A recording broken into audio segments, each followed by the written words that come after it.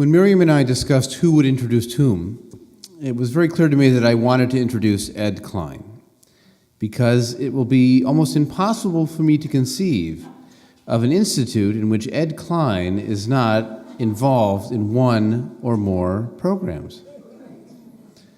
I don't know that I've been at the institute since Ed has been involved in one or more programs. He has completed our leadership training program, our musicians program, our master's degree program, and now our rabbinic program as well.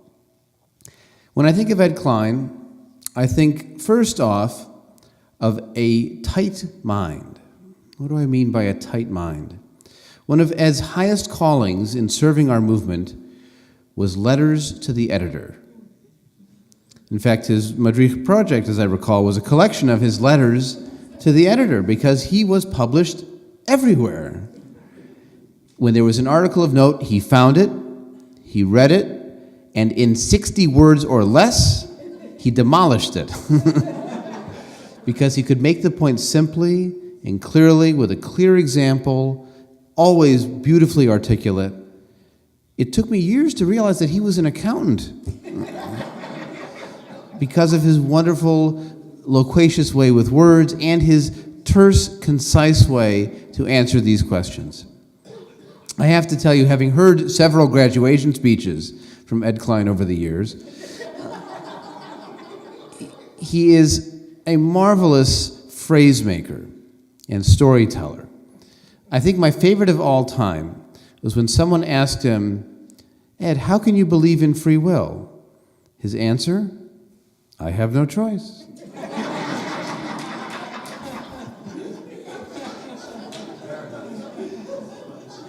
Now, Ed is also a consummate musician. He did complete our musicians program. He has a marvelous love for opera and for instrumental music. He plays a beautiful clarinet. He has a deep and abiding commitment to our movement, attending every colloquium, attending the Congress of Secular Jewish Organizations conference almost every year, as far as I know. He has been active on the boards of both the Society for Humanistic Judaism and the Congress of Secular Jewish Organizations. He's also involved with Workman's Circle. He's active in the New York Jewish community as well as the secular community in New York. He has a tireless energy to read and to learn. He has an appetite for knowledge. And it was all sparked by hearing someone on the radio. I reread Ed's application to the rabbinic program this morning, and I saw he told a story that I'd heard before, that he had been questioning for a long time. But in, I think, 1980, he was listening to a late-night radio program, and there were two rabbis on the radio, one from Borough Park, Brooklyn, and one from Michigan. And the rabbi from Borough Park was saying the same things that he'd heard rabbis say all over the place. And the one from Michigan was saying, in Ed's words, outrageous things. So much so that the rabbi from Borough Park said, "Is that really a rabbi on the other end of the line?" But the more he thought about what that crazy rabbi from Michigan was saying, and at first he said, "Rabbis shouldn't say these things." But the more he thought about it, the more he realized that that's what he thought, and that's what he believed. He told me a story, I think it was at his master's degree graduation event a couple of years ago, that at the time he was involved in a Reconstructionist congregation. And so he decided to have a debate between humanistic Judaism and Reconstructionist Judaism, and even though he was on the pro-Reconstructionist side, he wound up convincing himself of the other side of the argument.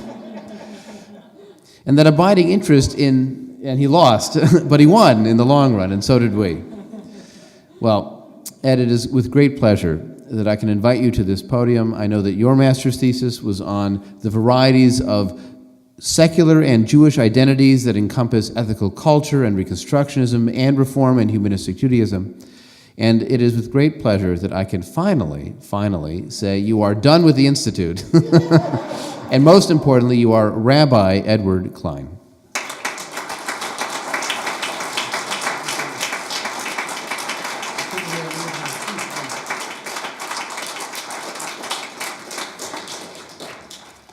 Baruchim habaim. Welcome all of you. A rabbi? What would my parents have thought? My dad would say, "No, you're going to be a CPA, then you're going to be a lawyer, and then you're going to be a tax lawyer, which is what I did.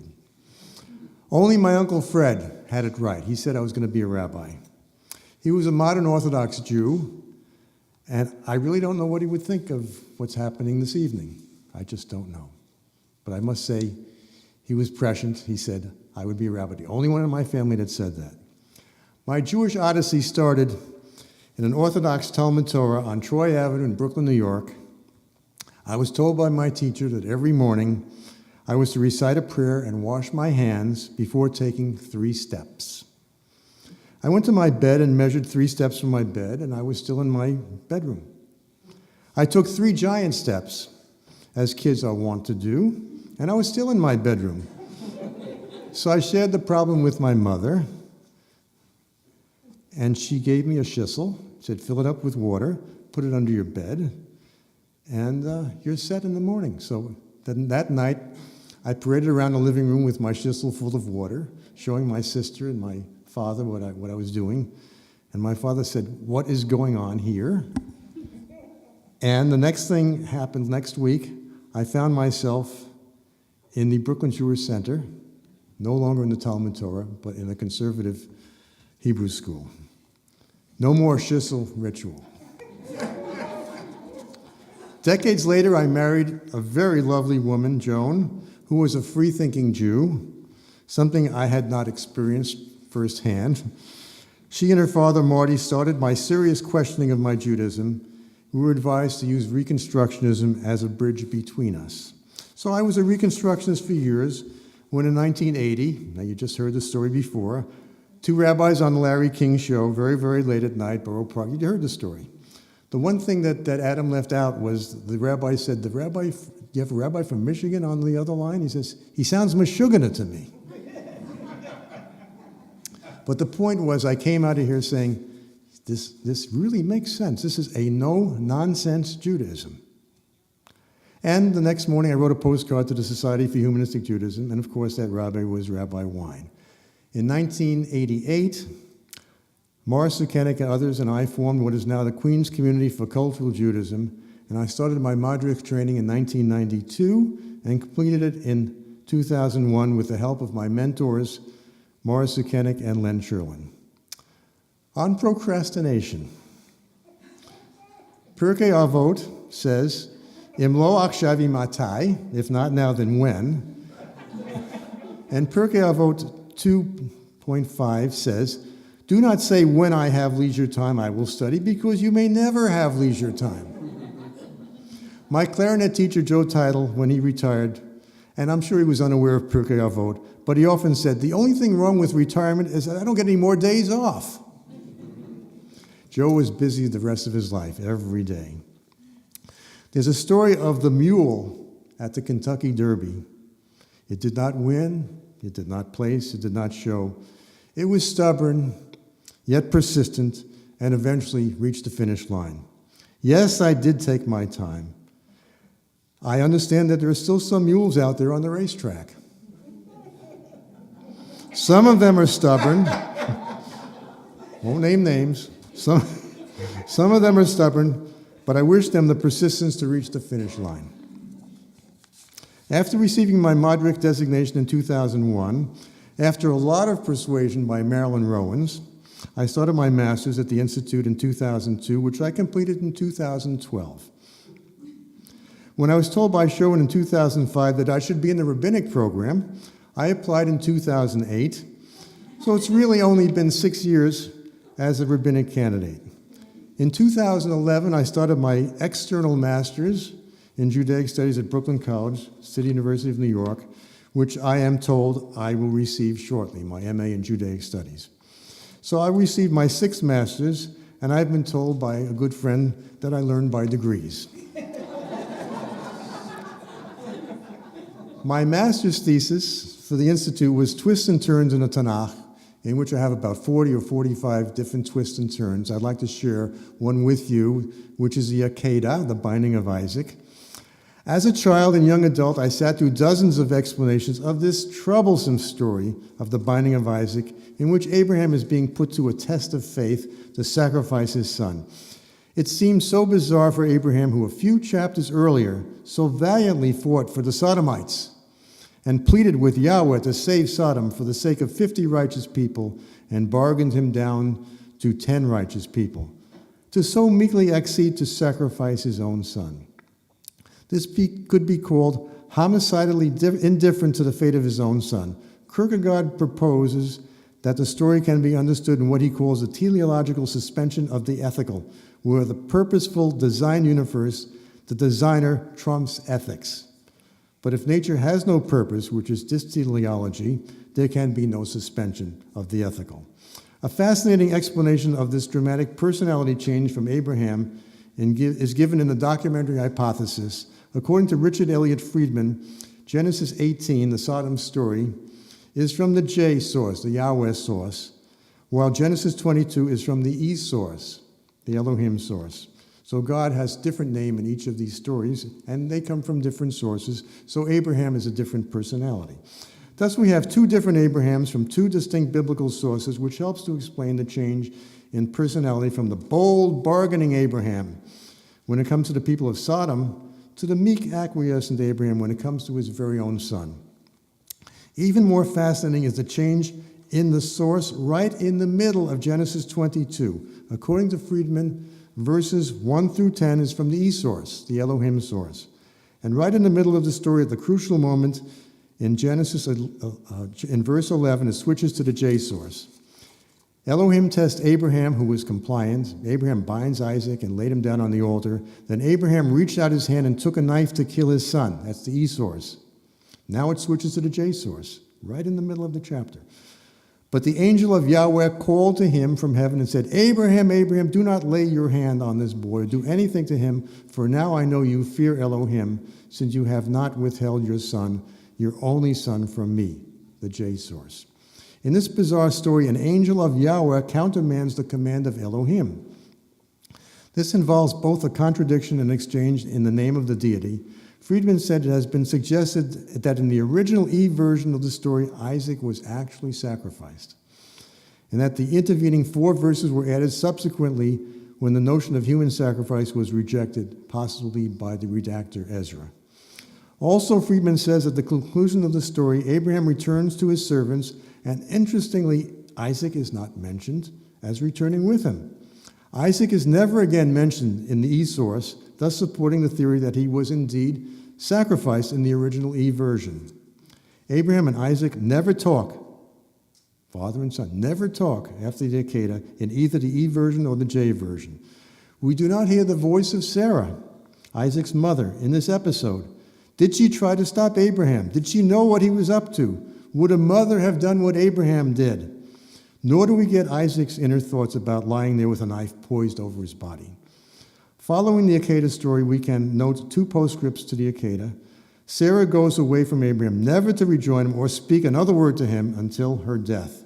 Shocked by hearing about what her husband did, may very well have been the cause of her death. In addition, neither Elohim nor Yahweh ever speaks to Abraham following the Akedah, possibly indicating that Elohim, Yahweh, expected Abraham to stand up to God for his own son, as he had recently done for the Sodomites. One could conclude that Elohim, Yahweh, no longer speaking to Abraham indicates that in the mind of God, Abraham actually failed the test.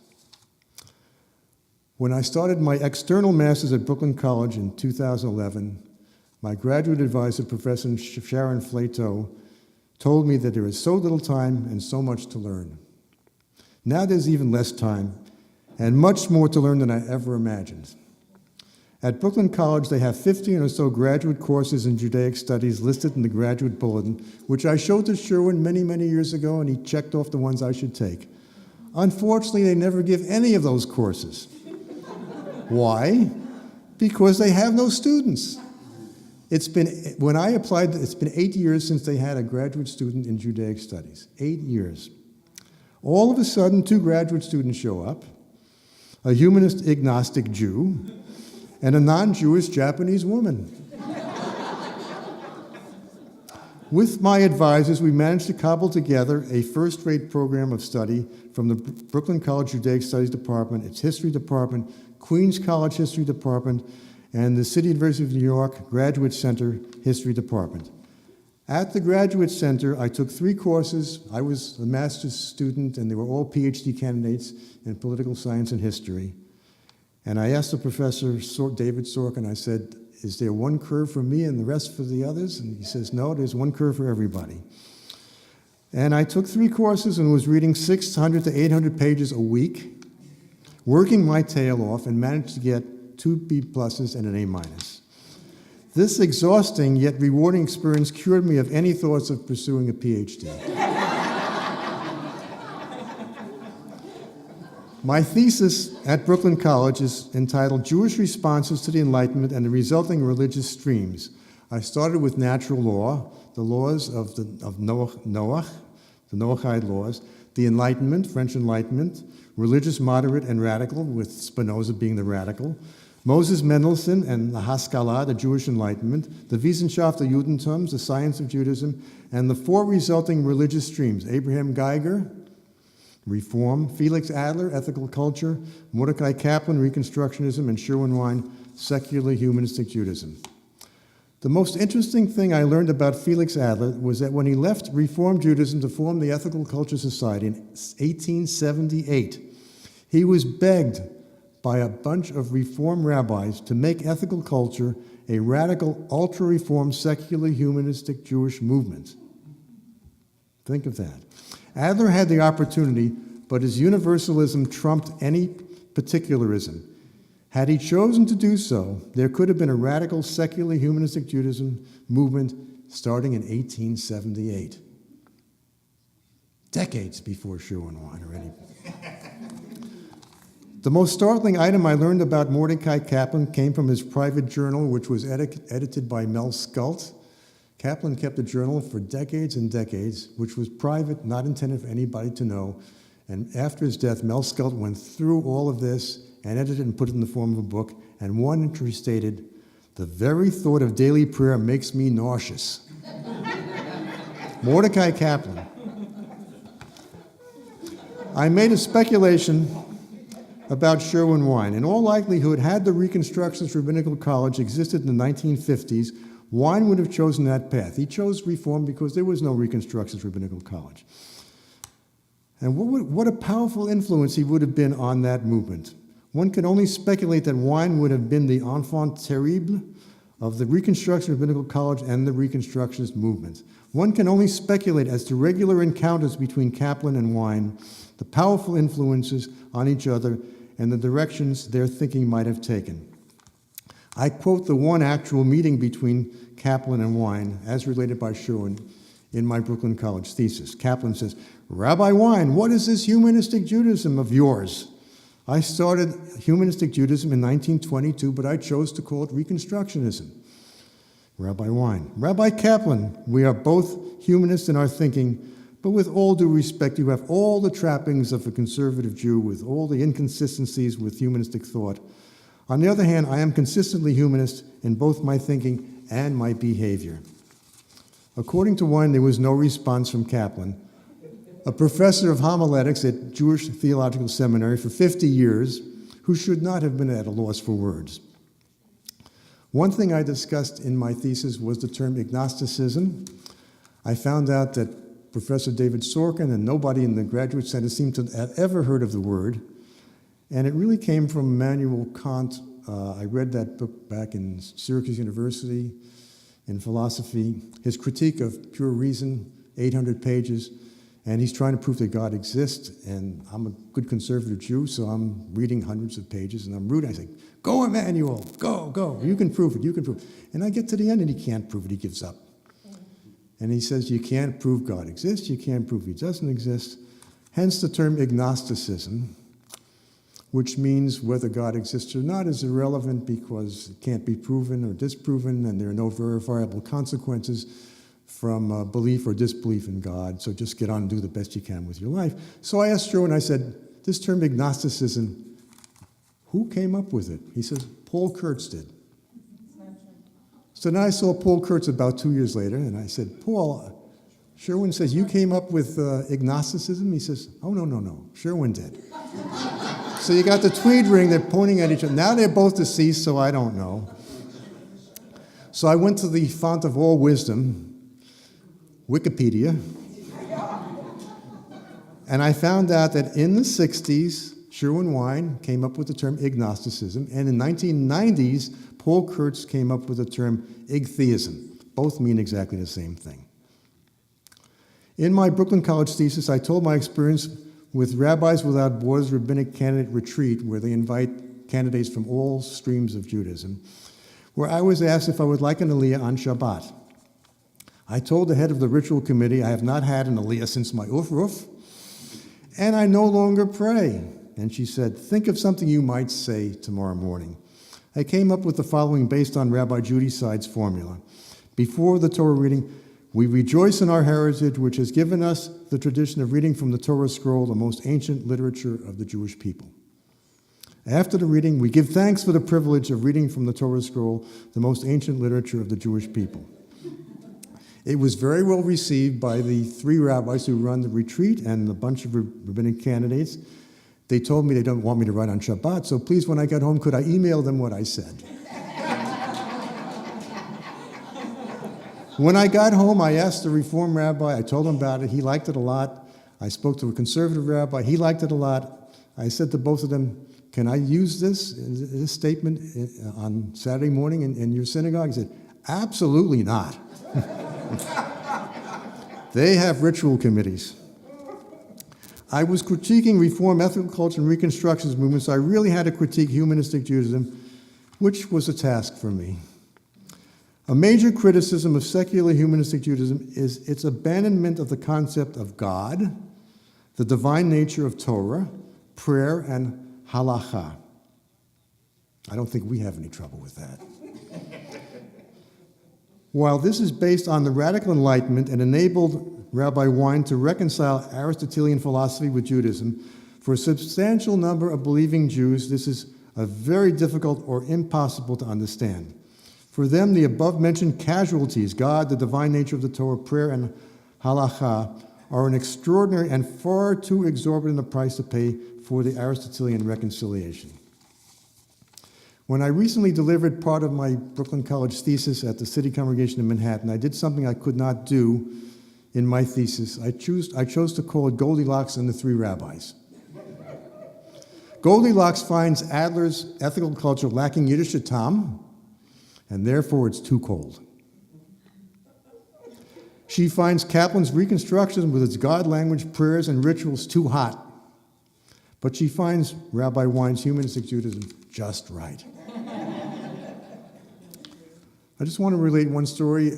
Adam mentioned that I am a musician. A few years ago, I spent a weekend up in Maine performing chamber music, clarinet, cello, and piano. And we performed at a Unitarian congregation where it was uneventful. But we went to the Episcopal Church in Bar Harbor, and right above where we were performing was this huge cross hanging above us.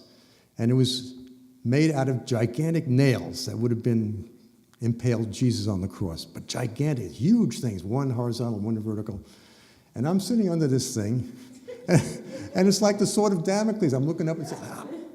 So I went over to the Episcopal priest and I said, I'm not superstitious, but I'm not comfortable sitting under this thing.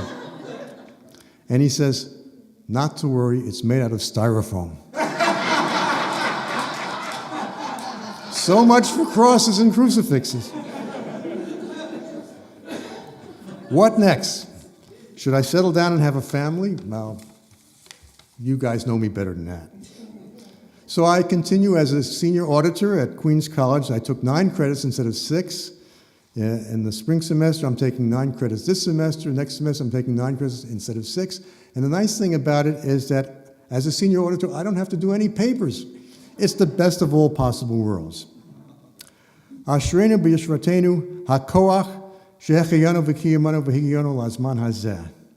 I wish to thank Marilyn Rowans, Sherwin-Wine, all my study partners at the Institute, and especially my buddy Barry Swan, and the dean and the entire faculty of the Institute, including those borrowed history professors from University of Michigan, Ann Arbor, my professors at Brooklyn College, Queens College, and the City University of New York Graduate Center, who have enabled me to reach this season. It has been a long trip, but it is the trip of a lifetime. Thank you.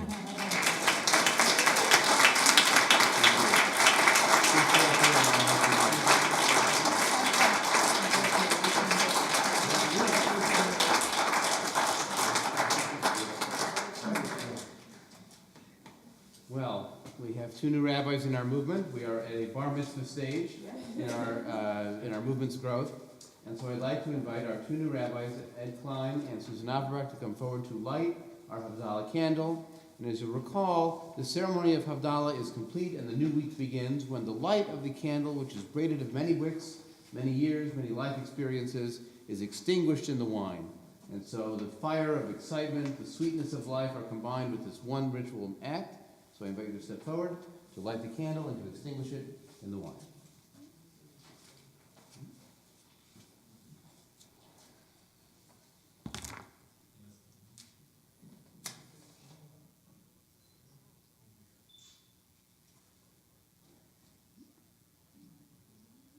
You'll get there.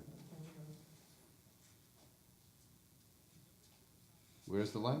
You don't extinguish it? No, it's not.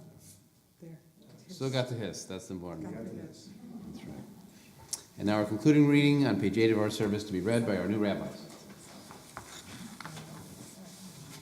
Havdalah, distinctions. The last Havdalah ritual joins wine and flame, rest and work, Shabbat and the rest of the week, the past and the future. We are strengthened by our diversity.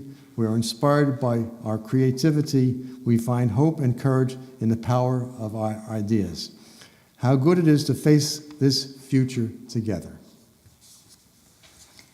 And then all that has divided us will merge, and then compassion will be wedded to power, and then softness will come to a world that is harsh and unkind, and then both men and women will be gentle, and then both women and men will be strong, and then no person will be subject to another's will, and then all will be rich and free and varied, and then the greed of some will give way to the needs of many, and then all will share equally in the earth's abundance, and then all will care for the sick and the weak and the old, and then all will nourish the young, and then all will cherish life's creatures, and then all will live in harmony with each other and the earth, and then everywhere will be called Eden once again. And so to celebrate the arrival of a new week and this new beginning in the lives of our rabbis, we sing Shavua Tov, a gute Woche, a good week, a week of peace. Do please stand and join in singing.